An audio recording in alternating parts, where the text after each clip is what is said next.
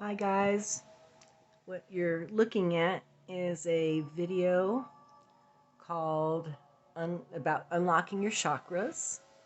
It's called 369 Divine Code Music to Unlock Your Chakras, Connected Thought to Divine Knowledge and Wisdom, Shaman Meditation. Sorry, I'm having a hard time reading this morning, reading the words from this distance anyway. The Eye of the Beholder. Two men looked through prison bars. One saw mud, the other stars. James Allen. By the way, this is from the book, for those of you who just started with me today, this is from the book of A Deep Breath of Life by Alan Cohen, and we're going through all 365 days of his work. So, one morning, while driving through a rural area, I approached a curve where a peahen was leading a queue of babies across the road. I stopped and enjoyed the beauty of the striking deep blue-green color of the chicks reflected in the morning light. I took a deep breath and thanked God for the opportunity to start my day with the magnificent display. On the other side of the birds, another car was stopped in the opposite direction. The driver of that car was not so pleased with the display. Obviously in a hurry, she was making scowling expressions as she waited for the animals to cross. As soon as the birds reached the other side of the road, the woman floored the gas pedal and screeched off. Both of us came upon the same scene and interpreted it in entirely different ways. I viewed it as a gift from God, and she saw it as a nuisance. Behold the power we invoke when we filter our experience through perceptual screens. No occurrence has any absolute reality. Everyone who observes it will call it something different. We see the world not as it is, but as we are. No event is intrinsically good or bad. It is in the eyes through which we see that makes it one or the other. Now, I have a problem with that. I'm sorry, there are acts that I see as intrinsically good and or bad. I'm going to be straight up about that. There are certain things that I see as bad, especially, and or good. I see rescuing an animal, and I think, wow, that's really good.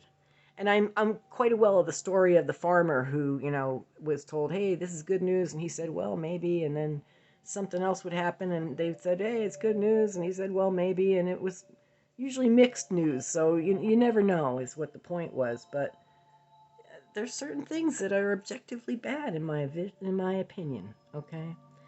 But anyway, not according to Mr. Cohen. Experiment with finding good in every experience. I'm sorry, like I said, a child being raped, I'm not going to find any good in it, no matter what. Even if an event seems to be a threat or a problem, adopt a vision through which it can empower you.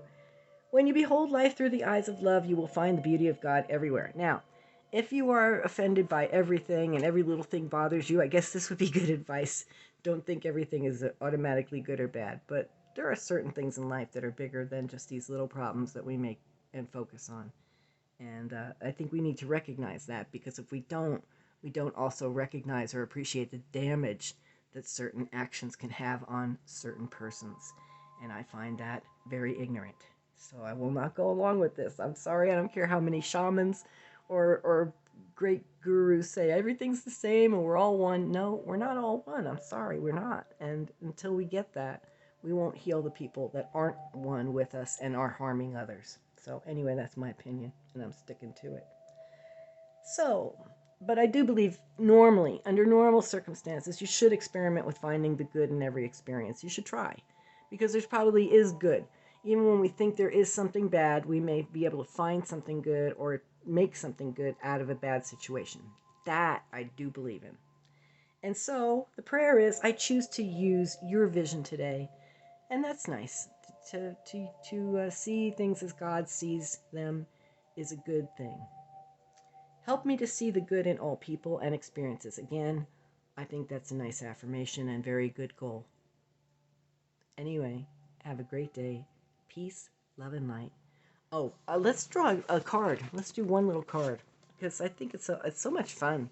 I draw this card from the Everyday Tarot, and some people think it's evil, so if you think it's evil, click off.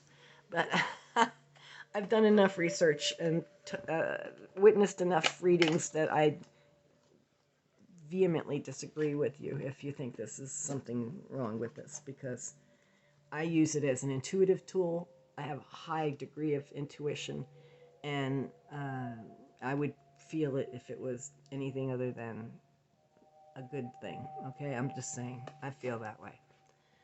I just drew the moon, and the moon is a card about illusions, and maybe about the way we see things too. We can see things, especially through this full moon and Mercury retrograde. Oh my goodness, folks. We can see things in such distorted ways. And when we do, then I am with this author again, once again, Mr. Cohen. We should be trying to see things in the best light possible. And that's what I'm going to do, and that's where I'm going to go. So you have a great day too, I hope, and peace, love, and light.